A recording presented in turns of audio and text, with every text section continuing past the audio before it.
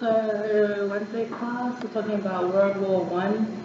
Jamie's Facebooking in. I'm just gonna keep her close to here so you can hear it on the laptop. Okay, sounds good.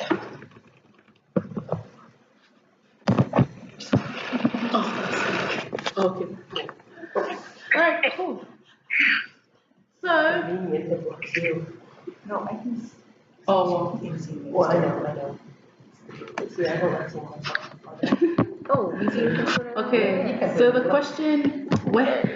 question, is, what made this different than the other world war? Oh wait, than the other wars, right? Yeah. Yeah. Yeah. Need my question. Oh, what made World War One different than previous wars? Okay. So start out this question. What I got from most of the readings was the technology and the method of warfare. Technology and method. Awesome. Which poem were you looking at? We'll just start with that one. Hold on, because none of them were in the same. So, where was it? You want to start with like disabled for Is that the one it was on? or Dulce et decorum est? Do you remember the poem? Gassing? I don't remember which poem it was in. It was actually in the introductions. If we go to the introduction, the voices from World War One. Yeah. The soldier? That's the one where I got most of that stuff from. And then. Oh, so the one where you were looking at was desolate, war-scarred landscapes with blasted trees and mud everywhere, trenches. Yes. Yeah. On page 2017, just in that paragraph near the top. So what was yours? Sorry, go ahead. Yeah, that's the one where I got most of this from. And I just thought it was really interesting how they were, how the poems were able to capture that. Specifically, the Wilfred Owens. Is that Latin? The Latin tag? The Dolce. Yeah, Dolce something. And Cabana? Dolce and Cabana. No. How do you say that? Dulce et decorum est. Dulce et decorum est. That one. I just thought it was very graphic, like showing how people died when I'm guessing it's poisonous gas. Yeah, it was during World War One. Well, it kind of like was the first time that they used chemical warfare, and so this was mustard gas, and it was very potent. And a lot of people got messed up. They either killed them or disfigured them or totally ruined their insides. Because it ruined not only the inside but the outside as well. Yeah. Mm-hmm. And so I think this poem right here is a really good representation of what it was like for the soldiers in the trenches, having to deal with this, type of warfare that they'd never seen before. Because up until this time, a lot of warfare had been basically hand-to-hand combat type of stuff. Mm-hmm. And they just didn't have this chemical warfare. Yeah. I hate it too. Well, I hate when I was reading it how a lot of them were kind of trapped into believing that they were fighting for their country's freedom and that everything was dependent on whether these men would go or not. And I guess the thought that came to my mind was that, or just from reading that Voices of World War One, that it all started because of like a murder, and then all of a sudden all these other countries were getting involved. But it wasn't really it was like they were, what am I trying to say? Unnecessarily giving up their lives for their country because it was seen as something that was not chivalrous, but patriotic. And so when you look down at the footnote at the translation of what that Dulce thing is, it says that it is sweet to meet to die for one's country is sweet. And when you look at online. I think they changed country for like fatherland or something like that.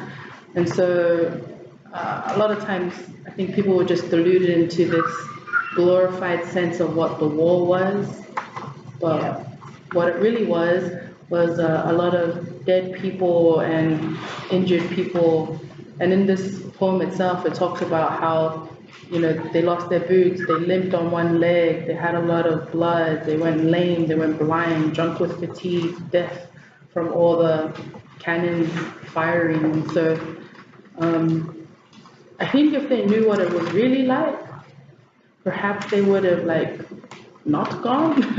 I think what stood out to me is that like if you guys, I don't know if you guys noticed it, but then like the biography of all the poets, like they went up to war really young, and some of their comrades that joined the war as well as like they were super young, like below age 16. I've read some articles about it that they died in the trenches and stuff because that's one of the things that I felt so sad about is the age and also some people have to try to think of good memories from home to give them hope or something while they're like in there in the battlefield.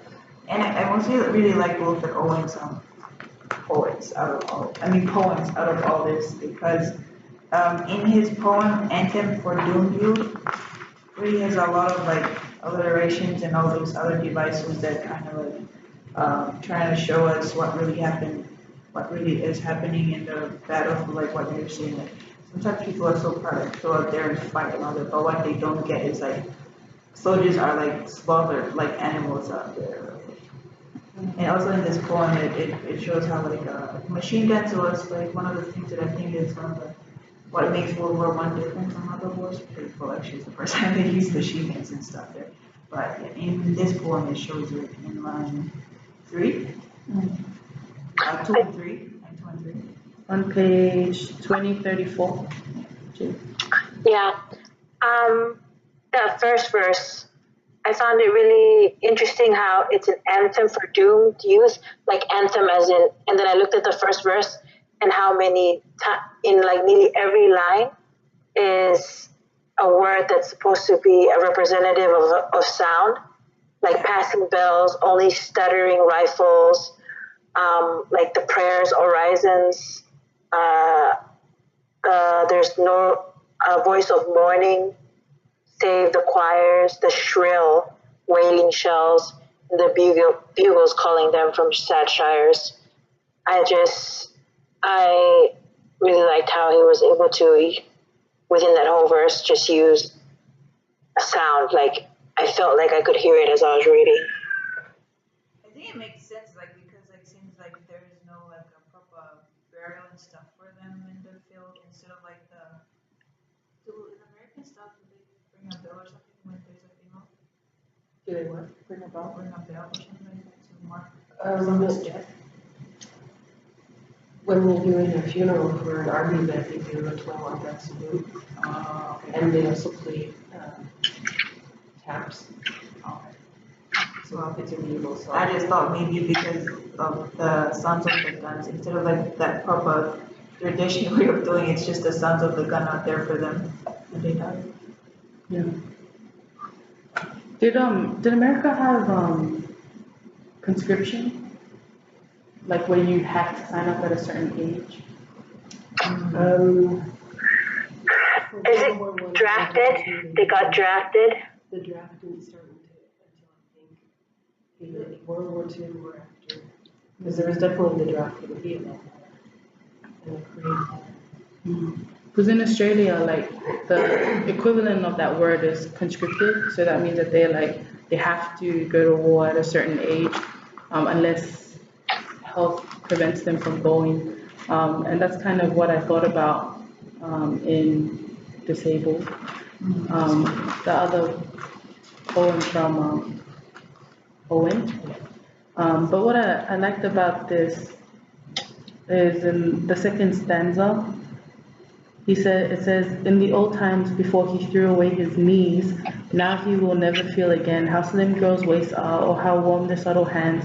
All of them touch him like some queer disease.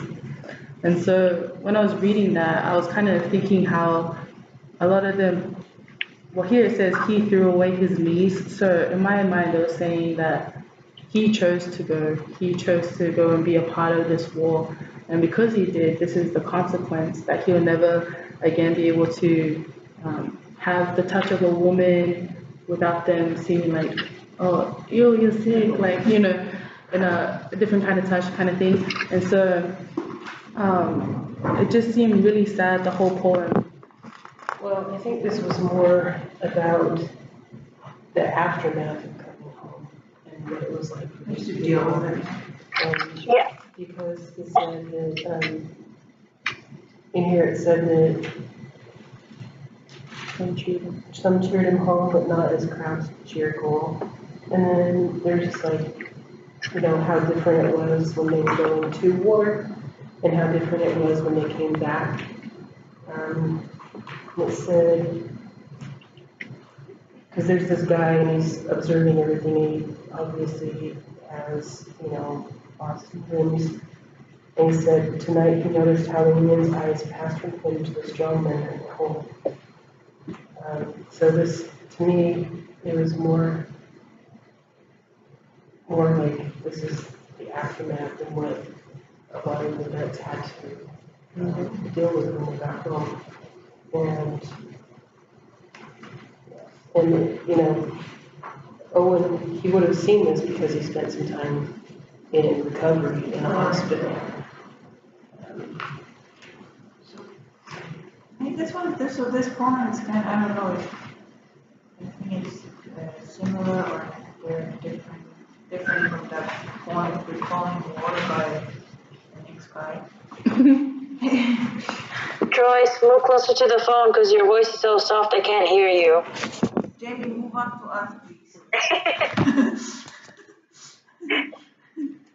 No, I noticed that too, Britta, when you're talking about the different times of war, and for like, just in Wilfred Owen's poems, the anthem of doomed youth, I put that there is the death that is brought on by war, and then the Latin named one, it's in the midst of war, and then in the disabled, it's the, like you said, the aftermath of war. I found it really interesting though how like at the end he says, how cold and late it is, why don't they come? And put him into bed, why don't they come? And I was wondering if he wished he was already dead. But looking into the context of it, it sounds like he's at some kind of hospital and he sees the ladies, who I assume are nurses' eyes checking out the men who are whole. And he's just wondering like, I'm dying. okay, yeah, can you take me back to my bed if you're just not going to look at me as a hero? Like, now that I've done my service, I'm nothing now. Yeah, I think that's kind of twisted. Like, before they leave, they have a lot of people supporting them, cheering for them, but then when they come back, it's not as loud or they're not as, what do you call it? There's not like parade or anything to welcome them back as they get, or if they come back sick. And so I don't know what it was like in World War II, but I'm sure from World War I, there was probably a lot of men that kind of saw what war was like. And so when World War II came, they weren't so willing to go as they were in this war. Oh, that's just a thought. I don't know, but that's a thought. What's the other point you have to read? Okay, Utility. I guess, would that be something that was different about World War One? Just looking at Wilfred Owen's poem, is just that there was actually literature written about it, like, and it's not all heroic. It's like the truth of the matter. Oh, yeah. Did I say that in the introduction as well, yeah? I didn't really get that. It's just that whenever I read about other wars, it was always just like really heroic and grand and like all for our country. And yet these ones, they're like saying, like in the Latin one, he says at the very end, the last line, that is the old lie. That is an old lie that like Oh, the old line. Yeah, that it says it's sweet and meet to die for one's country, sweet and decorous. Like, that's a lie. There's no such thing as a sweet death, even for the glory of your own country. It's true. Well, I think this stanza was, like Owen was trying to put it into the context of that if you were there, this is what you would think. You know, because he's like, he said, the lines before those ones, he said, my friend, you would not tell with such high zest to children ardent for some desperate glory of the old life. So he's like saying, if you had been through this, there's no way that you would ever encourage anybody to go to war. And I think you're right in when saying that all of these poems, they're very real, very blunt. And in some of the biographies, it said that a lot of the poets, were criticized over their bluntness and their realness. But I think that's just because it kind of shook everybody out of, the Victorian world that they'd been living in. And also we'd already, with some of the other authors that we've seen, there was already a shift going to realism, with the modernist movement and the imagist. And so I think this just kind of brought it into full force, going into the world where Bryant got into full force. And they're like, look, these are the horrors of war, and it's terrible, and we're not gonna, beat around the bush to tell anybody about it. I forgot how it says in this article that I read, but it has to do like a true poet will like the truth, instead of like just like what Jamie said, just saying like the good things of like being a hero going at war and stuff, but nobody ever write like how these men wrote their poems like I want to live for today, because it's so like there's so many images that it's really terrifying and stuff when we read it. But that is a reality of war that nobody or many people don't want to accept. I don't know how to say it, but when it comes to war. Yeah, and An example of I think of what the old people probably used to write about when they write about war was Rupert Brooke. Yeah. His poem The Soldier. But after reading all the other ones and then coming to that one made me like almost cry. Because the other ones were really graphic and they were like really sad, but this one was kind of like an example of like true patriotism, but also just like, I don't know, it just seemed really sad because he didn't see his life as like wasted in a war, but like as long as England got to live on in another country, like his ashes basically, his leftovers of his body and the war field was good enough. Well, I think another one that really made me sad was Siegfried Sassoon's one, They. yeah. Because in this poem, like, it just seemed like, well, the bishop made it sound like it was God's way, or that's what God wanted to happen. And like reading it from a Mormon point of view, it was kind of like, no, God is not a God of wars. Like, he doesn't want us to be killing each other. It's just kind of a consequence thing. But when you're reading here about boys that went off to war and fighting alongside their friends and seeing them bleed to death and stuff like that, that really. I thought this was really satirical. I actually was laughing when I was reading the boy's reply. Mm-hmm. Like, they're like, you're right, Bishop, we're not the same. One of us is dying, got a bullet in our lung. The other one doesn't have legs. The other one's blind. The other one has got an STD. And yeah, there's definitely not one of us who hasn't changed. I was like laughing, but I was like, that's kind of like disgusting, and just horrific, but I was laughing. Well, this poem was coming from Sassoon's background, that he started to be very critical of the military, the government, and the church, because he felt that they were perpetuating the war, and it didn't have to last as far as it did. And so I think it's significant that he has the bishop in there, because that's one of the organizations, religion was one of the organizations that he was basically attacking. And it also shows, kind of the nonchalance of the bishop and his attitude toward what had happened to the boys and their reply, because he's like, yeah, you got hurt over there, but it's what was supposed to happen, God's Yeah. ways are strange. Yeah. I think that's the perfect word for it. It's like he's really nonchalant about the changes that they had to go through. And I think this also, in talking about the different organizations that he was critical of, it also shows probably the disconnect that people had, in England toward the people who were fighting. Because, yeah, they could see that there were changes, and they knew it would change, but they didn't really understand. And so the bishop's attitude's like, oh yeah, what happened, but he wasn't really willing to understand what happened to those boys. And so I think that shows a disconnect with the rest of the people who weren't directly involved with the war in England. Yeah. That's probably why there's glory of women, like women pushing their men to go to war. Glory of With, women. or even that picture where it says women of Britain say go, and then it has in the back there like the countryside and stuff like that. And it's just talking about how this was like a recruiting poster.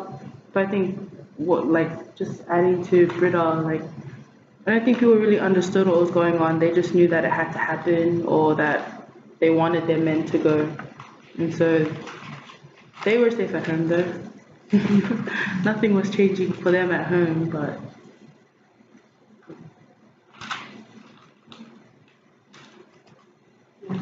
I don't know if you guys read any of the letters or essays from people back to, because I read some of them. And Which one? there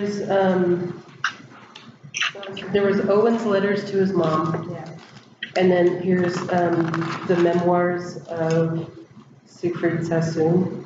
Mm-hmm. And I think both of those paint a better picture of what it was like during that time. Because they just, for Sassoon, he went through a day and everything that happened in that day. And just his observations. And then in Owen's, in his letters to his mom, which I can't believe he wrote some of this stuff to his mom, that, because he was talking about what it was like in the trenches. Like, he was very specific about what it was like in the trenches. And he said that, that were each of us 3/4 dead, it's like either from not saying 3/4 of the people are dead, but I think as a person, like each of them were each 3/4 dead. So they were just barely hanging on. And then it said that his dugout held 25 men tight packed, so there wasn't a lot of room in there. They said water filled it to a depth of 1 or 2 feet, leaving, say, 4 feet of air. So you have, these trenches and their dugouts that they were in, and they were just in water. And then later he said that it felt like as if the water kept creeping up on him and he was drowning in that dugout. Mm-hmm. So I think those letters to his mom and then the account by Sassoon paint a better picture of what it was actually like than in the poetry, even though the poetry was really good. But I guess we can see now why they like to edit a lot of letters that are sent home from military. they don't want people to really know what it's like. And Yeah. also to keep from giving away strategic locations, but still. No, that was, yeah. What's another thing that makes Is there anything else that stuck out to someone about what made World War One very different? I think it was just different from anything that they had ever experienced before, so they weren't really prepared for it, you know, because like nowadays, any military in the world, if they get into, you know, a confrontation or a conflict or something, they know how it's gonna be. Mm-hmm. You know, they know what explosives are out there, they know what kind of guns are out there, they know what kind of ammunition they're using. They know that, you know, airplanes can either be drones or, you know, piloted by actual people. So I think, because before this, you know, war consisted of, you know, just shooting each other. Yeah. You know, like with that video that Brother Hancock showed us that one time of the, the British and the. What was the and movie whatever. called? The Patriot. The Patriot, yeah. Oh, yeah, the Patriot. The rated R movie that you're not supposed to watch, Rachel. In America, you watch it in Australia. But, so I think this was just different from anything that they had ever experienced and they just didn't know what it was gonna be like, and they had a better idea going into World War II of what it would be like. But this was just, it totally shook everybody, and it involved a lot more countries than any other war had previously. I think that's funny though, like, you think that you would learn from the First World War when millions died, and then to have a Second World War, kind of like, we didn't really learn anything from the first devastation. We just want to destroy the people on this earth. Well, and one of the you know, names for World War One was the Great War, or the war to end all wars. You know, so there had never been anything like this in such great quantity. You know, and so it was just far more reaching than anybody had ever expected, and lasted longer than we thought it would, and came across new technology for destroying other people. Yeah. Now we have nuclear weapons. It's funny how like they banned like those hydrogen gas, whatever, that was used in World War One, and now they're turning to missiles and stuff like that, which is more dangerous. Like one thing could wipe out the whole world or something like that. Wasn't it the Vietnam War that? Oh, no, it wasn't the Vietnam War. Or was it with Japan when they did all those nuclear bombs in Japan, and then was it called Agent Orange that affected not the people at the time, but the generations that came after. They were like born with like deformities and stuff like that. Agent Orange, I think that was in the Vietnam War. The atomic bombs were at the end of World War II in Nagasaki and Hiroshima. No. Yeah. All right. Anything else? I think we're good.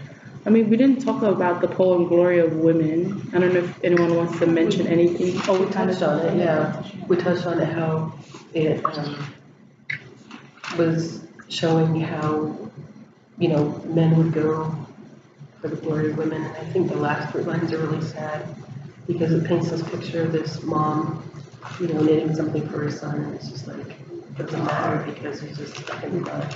Yeah, it's almost And like not just stuck he's in the mud, dead. trodden down into the mud. Yeah. Did you guys find something interesting from that poem, Futility? Futility. I don't know if you did. I don't think I read that one too. Is that near Rain? Page 2039. Oh. And I think this is like one of the saddest poem of him that I like. Like the first sentence of the first sentence says like moving into the sun, gently its touch awoken. I was like, I don't know, maybe for them like the idea is that the sun, or I mean, at the end of the poem, it says you're like he's questioning like why God is allowing this to happen to them somehow. Well, the title, Fertility, futility, you know, Like it means, helpless. it means it doesn't matter, nothing's gonna help. Pointless. Yeah, pointless. So it's saying, you know, there's somebody who probably saw their dead friend, and they're like, oh, I gotta save him. Oh, I know, I'm into the sun always woke him up, you know, anywhere in the world, just pick him up.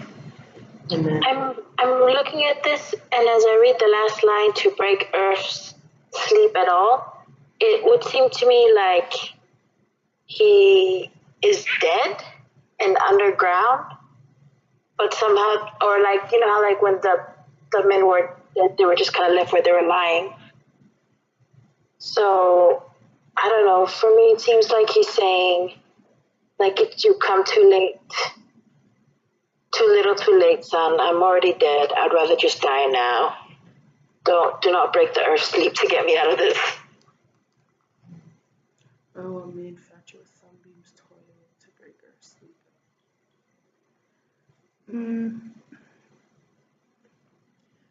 well, I mean, a few lines above that, it said, you know, the kind old sun will know, think how it wakes the seed, and it won't once woke the clays of a cold star. So it's saying that the sun is the thing that brought life to everything. Yeah. And so, the last two lines are basically saying, you know, like, what was it that made the sun work so hard to create life on Earth? You know, if it's just going to be taken away, and we can't regenerate it, we can't bring it back. Like how could like nature like create life, but then stand by and someone's dying or is dead, not do anything about it. That makes sense. So, good discussion, everybody. We have reached the time now. We are, I'm almost 2 minutes over. Wow! We have to do 2 less on the next one. Yes, you hear that, Dr. Hancock? 2 less on the next one. But yes, so that's our discussion. Thanks, Dr. Hancock. We will head to our next class. Okay, bye guys. Bye, Jackie.